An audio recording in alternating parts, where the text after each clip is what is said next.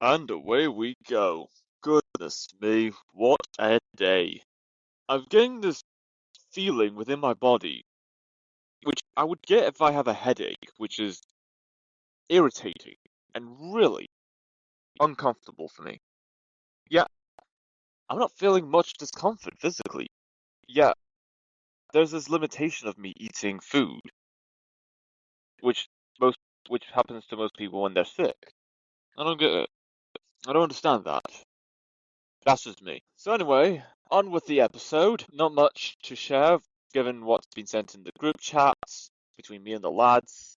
It's just me with a couple YouTube videos, well, a YouTube full-length video, a short, and something from Facebook. It's been a while since Facebook. So, firstly, what I've recently shared in the group chat, there's a YouTube video by the channel Make Tech Future. The title reads, "This bay was biologically dead. Then the oysters came back." There's a history about, and I did know, I was aware of this information for a few years. Oysters make for natural filtration systems. Oysters is nature's filter of bacteria. Nature's bacteria filter are oysters. And something in between, somewhere around the bay or sea area off the coast of Maryland, a couple oysters had returned to the specific bay after many years of absence, after locals in the Maryland coastal communities had excessively fished for oysters and eat them for dinner at some point during their lifetimes. And then they got to a point there weren't any oysters left off the ocean in the Atlantic for people in Maryland. But just then, the oysters came back. And then, given their properties and their purpose, absorbing the bacteria and the algae and other nasty bits in the ocean got parts of the ocean close to the Maryland coastline. The the visuals of the coast, the water beneath, has gotten clearer and clearer to the point you could see some visibility from the ocean bed baseline, or at least you could see the bottom of the shallow coast of the bay somewhere in Maryland. And ever since a small handful of us came back, over time, more oysters came popping about, marine vegetation started appearing back. That's one marine vegetation that came back since the oysters came back to reside somewhere close to the Maryland coastline. And more marine life as well has also came back. Fishes, crabs, other sea life, insects. The marine wildlife has returned to the Maryland coastline. So yeah, that's at least the brief, given how much I said already, that's the brief understanding of that YouTube video I've sent to the lads in the group chat.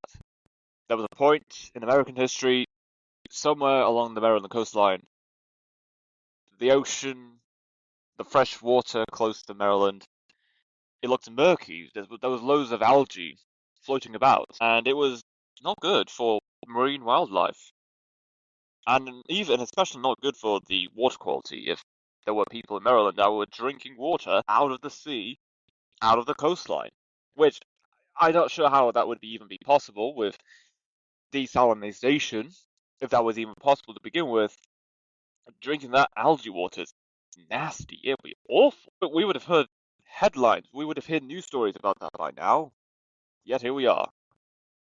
Also, no, actually, nothing like that's happened. I don't think there is any desalination process in Maryland where the salt from the seawater is taken out and then it becomes remotely drinkable water. Remotely drinkable. Oh my gosh, I'm so giddy. So yeah, that's one of the stuff I sent to the lads in the group chat. So yeah, Alright, so next YouTube video I've sent to the lads in the group chat. It is a YouTube short from a YouTube channel that I'm not sure who doesn't know or who has not even heard of this man.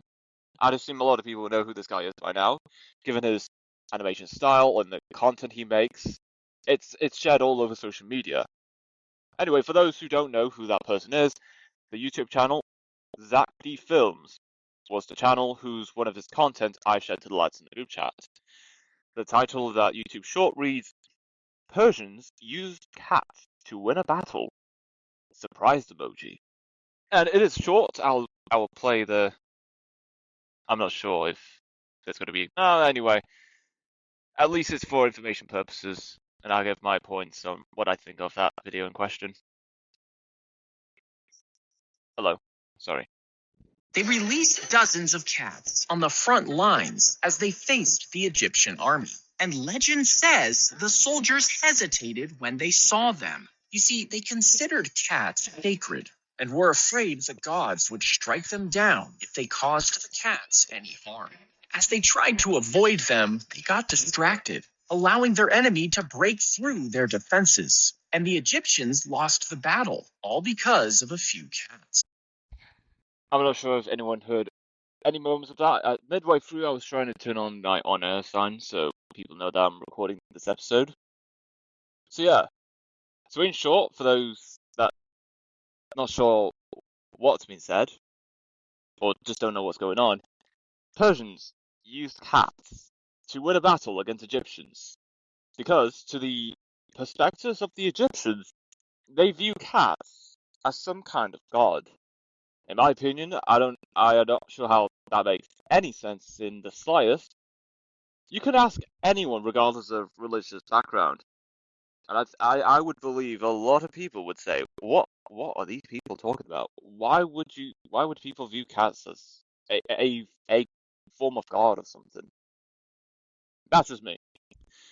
So apparently, having sent cats to the the battle line against the Egyptians, where the Egyptians were like, "Oh my gosh, the cats! We must pay respects to them," and they were just so confused, not sure how to continue with the battle, given how favorably they view cats in general as some kind of godlike being or entity. Again, I'm not sure the logic, the reason, and well, there will be history on why Egyptians view cats the way they viewed cats. I think in today's world, that's certainly not going to be the case. The Persians at the time knew about this perspective that the Egyptians have on cats, and then once the Egyptians were like, "Oh no, well, what do we do? How do we approach battle without disturbing the cats?" The Persians charged right at them. I'm not sure if there was any stabbing involved. I hope not. Then again, there might have been. Who knows? At least a few minutes, in my opinion, if at all. The Egyptians were like, "Okay, we give up. We announce a truce. You win. We were retreating. Bye bye. Cheerio. Bye bye," and so on. So yeah, that's the brief of that video.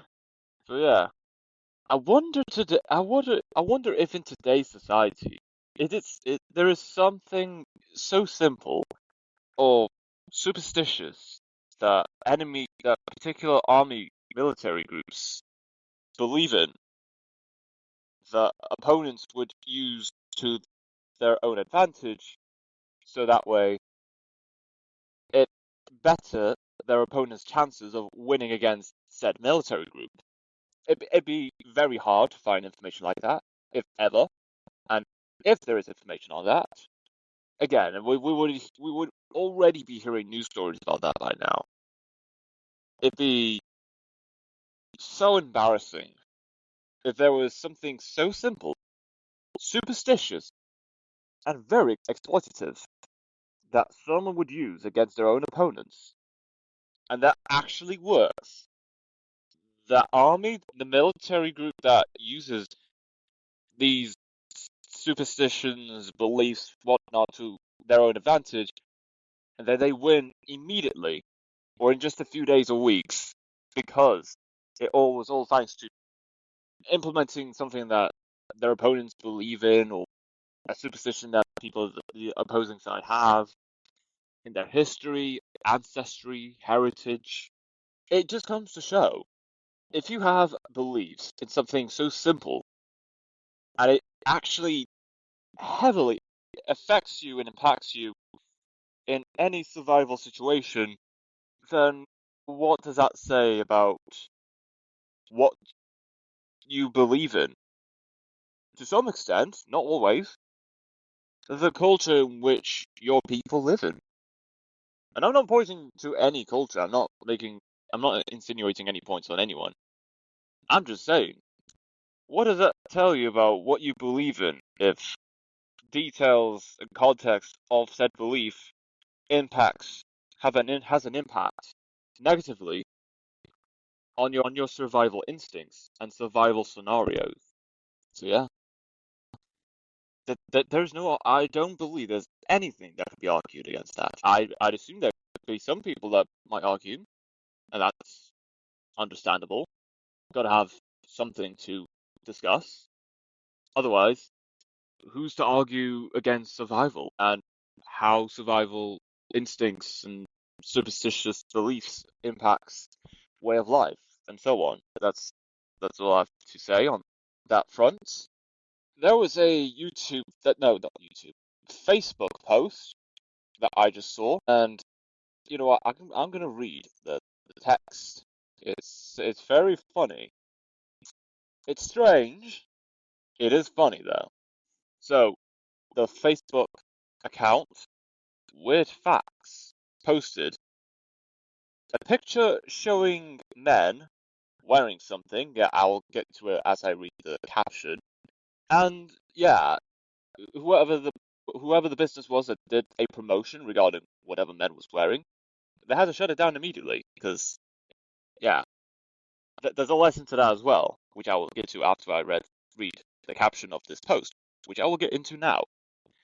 In 2016, a gas station in Russia launched a publicity stunt offering a free full tank of fuel to customers who arrived in a bikini under the promotion's rules. What rules? Who knows? The promotion later drew many men who showed up in bikinis, with some even wearing high heels. Crowds quickly formed, with a queue for fuel stretching almost a block. Expecting mostly female participants, the station ran the event for about 3 hours. An unspecified amount of fuel was given away during the promotion. What was meant what was meant to be a clever marketing stunt ended up becoming a lesson in promotions. Always think carefully about the rules, because people will follow them very literally. You know what? Fair play to these men. The rule stated, come to the gas station, or petrol station if you're in the UK, wearing a bikini. It never specified who was to show up wearing a bikini. A lot of men did exactly that, and they got free fuel out of that. Fair play to them. It is very funny. And I really want to see the reaction of the lads when they read this. Like, why would they do this? Then again, fair enough. It never specified, so game is game, I guess. So yeah, whoever's running the gas petrol station, I think this was going something that it was going to be women only showing up to do, but no, it was men instead, and the result of it is hilarious. Madness. That's you know what? That is clever. Very very clever. There's nothing you can hate on these men for. They were trying to get free fuel, and they did, and the rest was history. Imagine the money these men saved from getting petrol in their cars by doing that promotion. Yes, it will have a negative impact on them, given the cultural significance within Russia. But hey, free fuel. Who can complain? Totally worth it. Totally worth it. And yeah, that's pretty much all that's been shared on the Discord group channel me and the lads have. And there weren't any reactions from the lads. They didn't say anything in regards to what I just said so far. So yeah, that's quite a brain twister, tongue twizzler, and so on. Now, with that being said, let's get right into the news. The environment, another casualty of war in the Mid-East.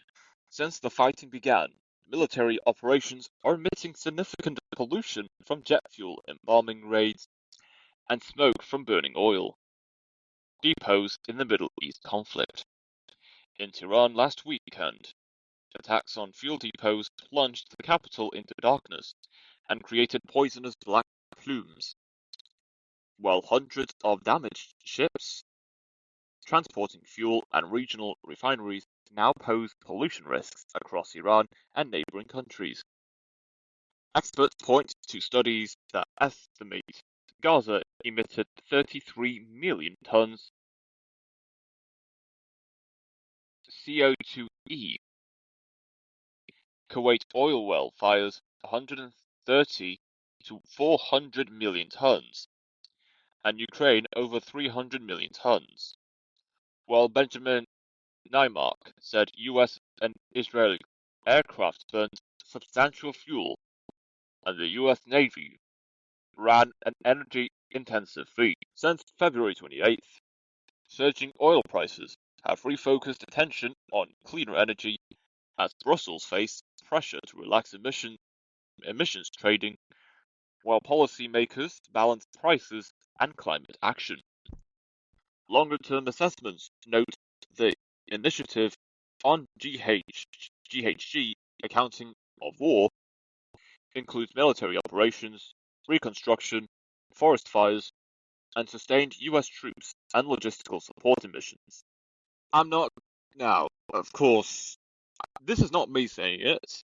Even if I don't, I know for those that are against the climate change narrative, agenda, or at least motions of combating climate change, those people who are against any of that stuff, they're going to really ram it home to the climate activists saying, if climate change is so important, then why is war causing so much pollution? Why are people still getting oil and whatnot? That's at least what people on the anti-climate change movement would say. What I would say is, war has immense impacts, mostly for the worst, on across many aspects that anyone could think of. It's terrible. And I'm not talking about the environmental impact. I'm also talking about the lives being lost. The amount of damage to infrastructure, homes, businesses, and the impact of the aftermath of these wars after it has taken place. How is everything that's been damaged going to be rebuilt? How will people continue living their lives knowing everything they have been so familiar with has now been busted down to rubbles, and every person, if not most of the people that anyone that's still alive today that they know and love, is no longer alive anymore. Their lives were lost because of these wars.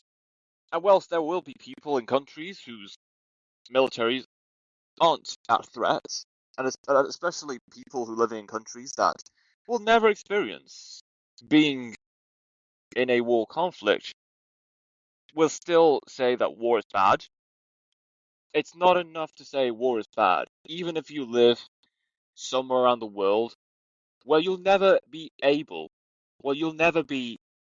encountered or even experience themes of war or genocidal conflict, even with perspectives into consideration.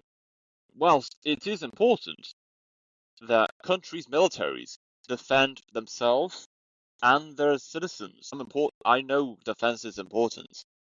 Having strong military defense for one's country does not mean applying firepower onto another, especially if countries in question had no intentions of attacking the other country in question to begin with.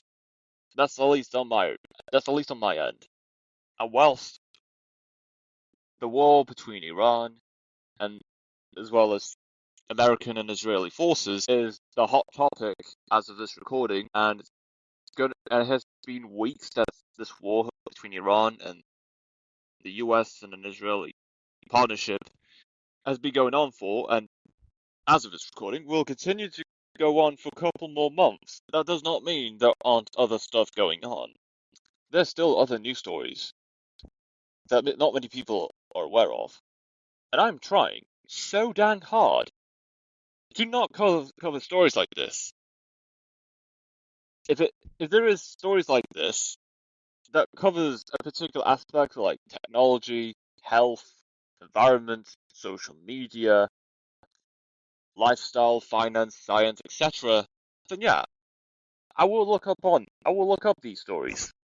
I'm not going to look up stories because it's the hot topic in America, the UK, Europe, Canada, Australia, somewhere in the Middle East, or even the Far East, or a story that's hot is a hot topic in Africa.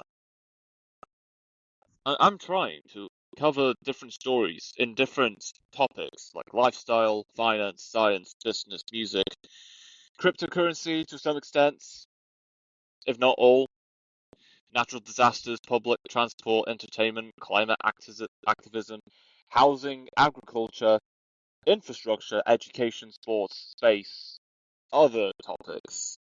So yeah, crap is getting real.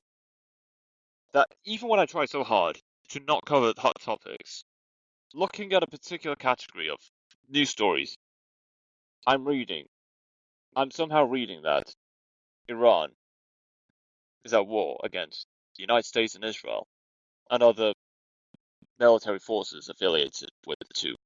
So yeah, that's something. NASA is set to send astronauts around the moon again. On March 12th, NASA cleared Artemis 2 for an April launch after repairs and announced a 3 p.m. US Eastern Time briefing to set a target launch date.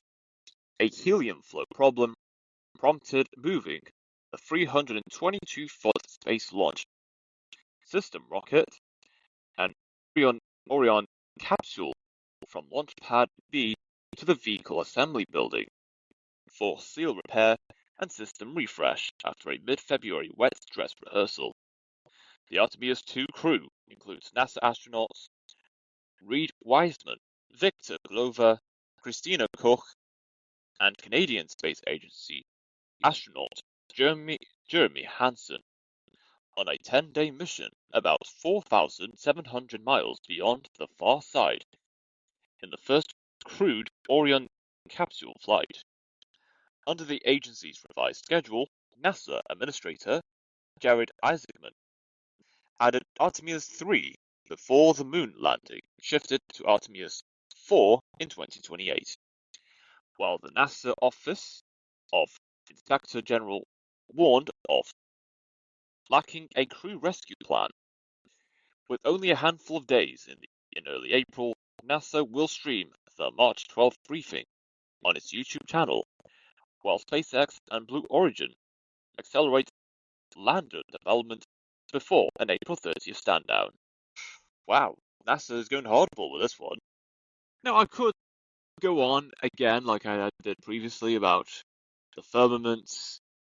Could we ever leave our atmosphere? Is NASA trying to fool everyone saying that we can leave space, even though we can't? I'm not going to get into any of that. Even if there are people saying it is true. Again, I'm growing so tired hearing about space and exploration beyond our planet. I like to see and hear stories about being able to explore other planets and explore new solar systems or new planets that we could inhabit besides Earth. Until then,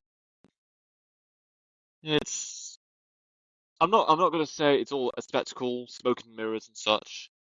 The amount of time these projects are taking, whilst they have the money and the technological advancement to go ahead what they say they will do, it's just it seems like we're all just playing the long game. we're just waiting and waiting, and not much is going to get done. We wait and wait again, and nothing else happens. And we wait some more, and nothing. That's what I'm thinking. I know there will be more progress in space exploration. As it stands now, I have a feeling there will come a point that a lot of the things that we've learnt in our lives turns out to be a lie. Nothing is real. We're living in a simulation, and any attempts to escape it, what's the point? What happens next? What are we going to do now? Either way, it is better to live a life worth living, even if everything is all an illusion, rather trying to escape something and not do anything else beyond that. NCAA announces 16 opening weekend hosts for women's tournaments before the bracket reveal. On Saturday, the NCAA announced the top 16 hosts, including North Carolina and West Virginia, alphabetically listed among other schools. Following conference tournament outcomes, North Carolina earned a spot after winning 12 of its last 13 games, and West Virginia secured its top 16 position by beating TCU in the Big 12 final. The schedule shows the first 4 games on March 18th to 19th, and the first and second round games on March 20th to 23rd, with regionals in Fort Worth and Sacramento. By announcing a day earlier, host schools gain extra time to sell tickets. ESPN can start moving equipment sooner, and NCAA Vice President of Women's Basketball Lynn Holzman said this quick notice aids operations and builds excitement before Sunday. Notably, the University of Connecticut Huskies enter the tournament 34-0 as the only unbeaten Division I women's team, seeking a 7th perfect season and a 13th national championship. Wow. Unbeaten. 7th perfect season. That's enough to tell me that whatever this team is, the Yukon Huskies, they are unstoppable. Mental. Absolute madness. Now, usually I don't get too hyped about any team.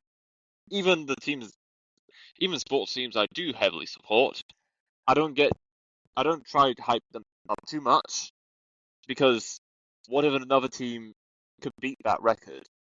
What if another team actually wins the title, making all the other games that they work for what reason? Nothing, they say?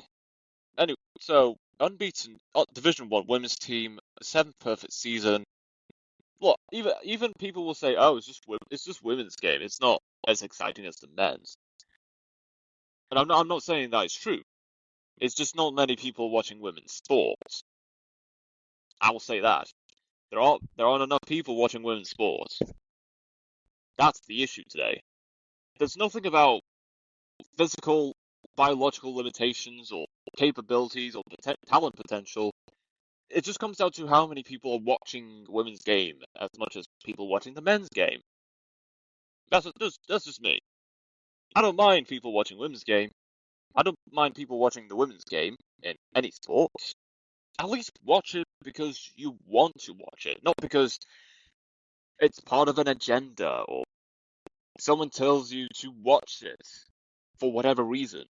Watch something because you want to. So anyway, back to the story about women's tournaments. I'm not sure which sports specifically. I know a women's team in the NCAA in their first division. They are unbeaten and they're looking for a 7th perfect season. So as I'm recording this, 6 times in a row they have had a perfect season, which is quite impressive. Now, if there's a record that's longer than that in any game or any sport, then okay, maybe that's something. But even if there's another record much longer than this, 6 perfect seasons in a row so far, that's great. That's amazing. I'm not sure if anything like that could be achieved in any other sport, at least from my perspective.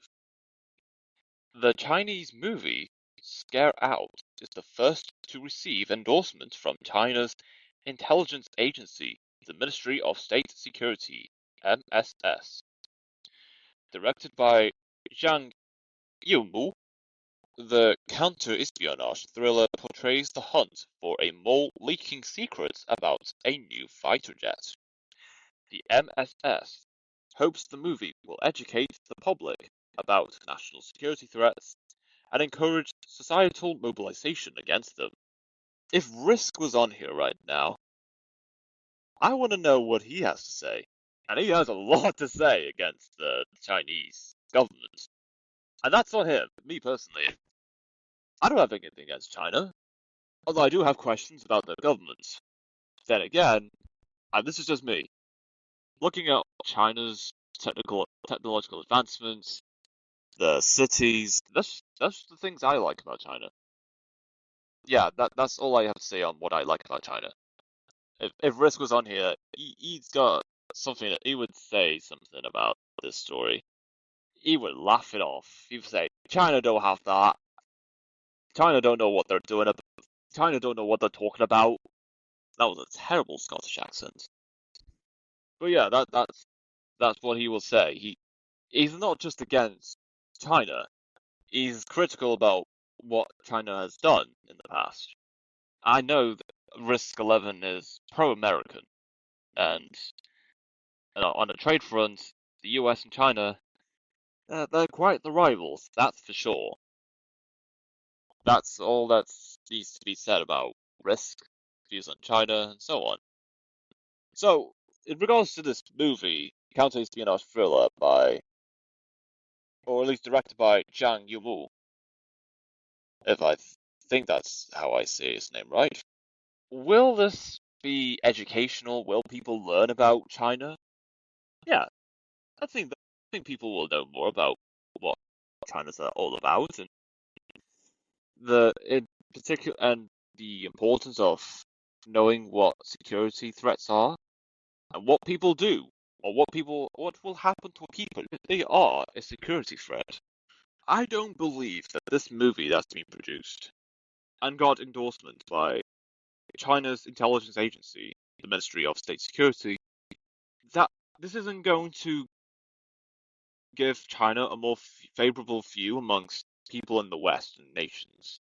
This movie in question will teach people a lot more about what goes on in China and knowing what will happen to people if they pose a security threat to China.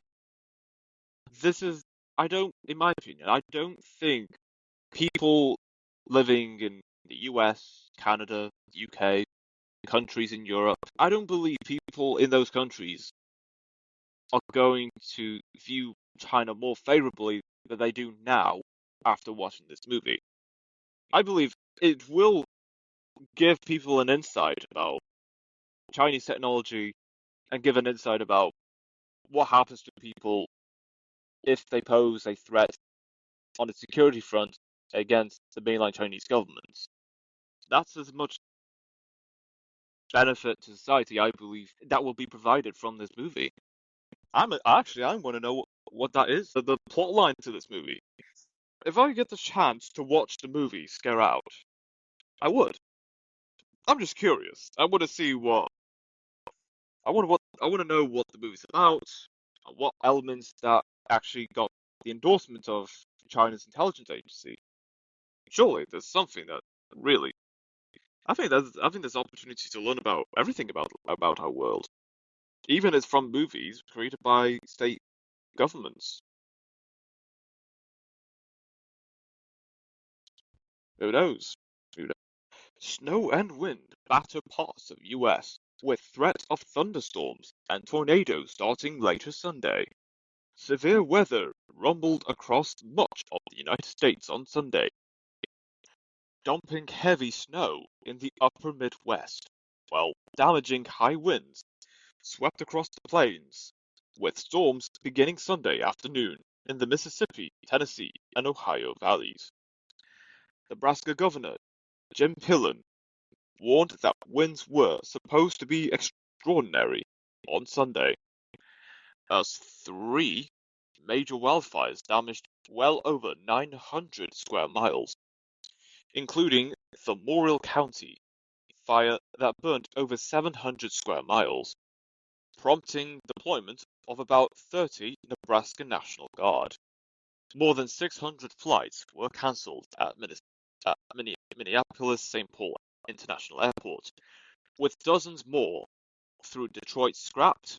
Well, roughly 150,000 utility customers in Ohio, Pennsylvania, and Michigan remained without power after Friday's gusts reached 85 miles per hour. More than a foot of snow fell across portions of Minnesota and Wisconsin. The National Weather Service warned that severe thunderstorms with widespread damaging winds and severe tornadoes were expected to reach the East Coast during Monday, with a stretch from South Carolina to Maryland most likely to experience particularly damaging winds that could impact Raleigh, Richmond, and Washington, D.C. AccuWeather senior meteorologist Tyler Royce warned that successive punches of severe weather will span from the US-Mexico border to the Great Lakes and from Denver to the Appalachian Mountains, while Hawaii battled ongoing flash floods on Maui, Molokai, and the Big Island, with about 48,000 residents without power. Wow. The US are in for quite the ride. No matter where you live, you're going to experience something. And it's going to cause quite some damage, that's for sure. I hope everyone in the US are stocked up on food, other necessities, and also, I hope they stay safe. I hope they all stay safe. It'd be awful if people get injured because of these weather patterns. It'd be awful. After what I just read, all kinds of weather anomalies, well, not anomalies, all forms of disasters coming from weather that will cause, and certainly will cause damage to communities, the land. A third thing, something's going to happen, and something and someone or something is going to get broken. I hope not, but I feel that there is a chance that that will be the case with someone or something. So, if you're in America, somewhere in the Midwest, the Plains, maybe also in Hawaii, if that's still going on, stay safe. Stay safe. Ethereum Foundation sells 5,000 Ether to Bitmine in $10.2 million OTC deal. The funds will support the EF's core operations, including protocol R&D and ecosystem grants as part of a treasury strategy to balance Ethereum and fiat-like assets.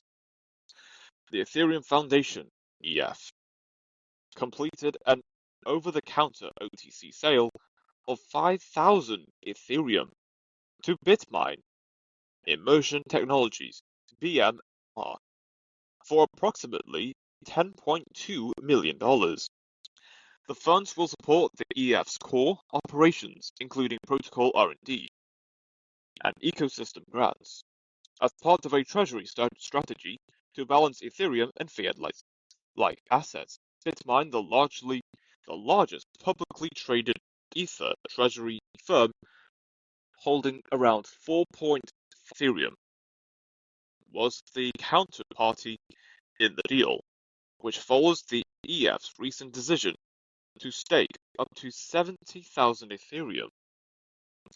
The non-profit organization, established in 2014 to support the Ethereum blockchain and its ecosystem, said the funds will support its core operations, including protocol research and development, ecosystem growth, and community grants.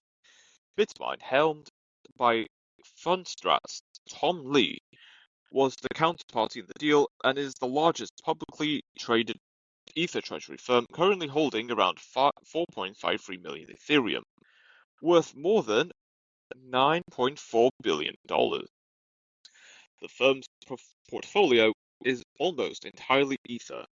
The company also holds around 195 Bitcoin and more than $1 billion in cash, along with equity stakes. These stakes also include a share of Beast Industries, the company behind YouTube creator Mr. Beast, after a $200 million investment in it, along with a 7% stake in the WorldCoin treasury firm 8Co. Alright then, I don't have a strong opinion about this deal or how much of an impact this will make in the cryptocurrency space. I know one thing for sure regardless. Cryptocurrency as a whole is on the rise. Whether people like it or not, governments around the world will be drafting up proposals for bills, legislations, policies on not just how people hold cryptocurrencies, also these new policies, laws, and legislation that's going to be drafted up and passed in governments around the world will also discuss about how people hold on to and or sell digital assets of any kind, which is something that cryptocurrency is certainly a part of or categorized as. Oscars 2026 nominations: Ariana Grande, Paul Mescal, Jennifer Lawrence, and more snubs and surprises.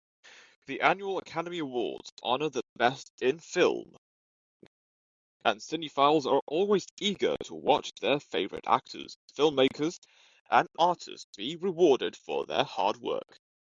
But with every awards show, some don't make the list of nominees. No matter how powerful a performance was, a few names get snubbed each year. And this time, viewers are pretty shocked about the celebrity actors who were not nominated for an Oscar. And it's a lot to just go through if people want to look up this themselves. I'm looking at the news outlet Hollywood Life. I'm going to read the lists of the celebrities who got snubbed from getting an Academy Award, or who was not nominated for the Oscars. Firstly, Adam Sandler, Ariana Grande, Jennifer Lawrence, Paul Mescal. I'm reading this headline from the Hollywood Life. Those are the big names that they have listed.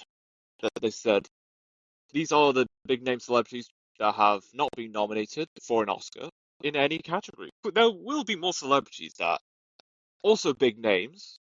Then again, the Oscars is a very, very important award show for actors, directors, filmmakers, cinematographers, people working in visual effects, anyone working in the filming industry will be looking at the Oscars, looking at the best performances that most Hollywood studios has to offer. And I say most Hollywood studios, it's because this year I've heard there's a lot more international nominations from places like in Asia, South America, Africa, perhaps. At least somewhere in Asia and South America, there are films from those countries that have actually gotten an Oscar, a nomination in a category for this year's Academy Awards, which, in my opinion, is great. There are other great films that is not filmed in the United States that also deserve the recognition, the attention, and even the praise for their hard work as well. It's great to see that there are more international works that are getting recognition at the Oscars as much as films that have been produced in Hollywood, London, maybe even in Manchester. So yeah, I don't have strong preferences about who I want to win the Oscars for which category. Whatever happens, just know that it's the journey that counts, not the destination. And even if people don't win an Oscar, at least they were nominated to begin with. There are some people who are big names in the industry Not even they have been nominated for something in the Oscars. So you know how intensifying the Oscars is. And I'm not saying that certain works are terrible. That's not the case. There's a very fine margin of error for many filming work and movies that even get close to being recognized by someone that was given the opportunity to be at the Oscars to begin with, let alone being nominated for an Oscar. And anyone saying that it's easy to be in films, get a job in a show, a movie, etc. No, it's not. It is miles harder than you think it is. And even when you think, I gonna pull my heels up. No, not that. But someone might like to say that. Get their heels off the ground, pick up the pace, and do the best that I can, they say. There's always going to be someone that just falls short, no matter how hard they try. That does not mean they shouldn't continue pursuing their dreams. You just gotta prepare yourself. In cases where you don't get what you want, or at least if you don't get the opportunities that you want, create those opportunities for yourself, and eventually create those opportunities and provide them to other people who would likely be in the same shoes as those people that were the ones that created these opportunities to begin with. And that is one way of looking at it. There is hope, and there's faith. It is only the beginning. Keep moving forward, and you will get to where you want to be. And maybe, or possibly, whatever path you're on right now, which is as a result of not getting the opportunities you originally wanted to get, may eventually turn out to be better than you originally thought. So maybe things work out better for you after all. Who knows? Only time will tell what journey you would be on. And that is it for the episode.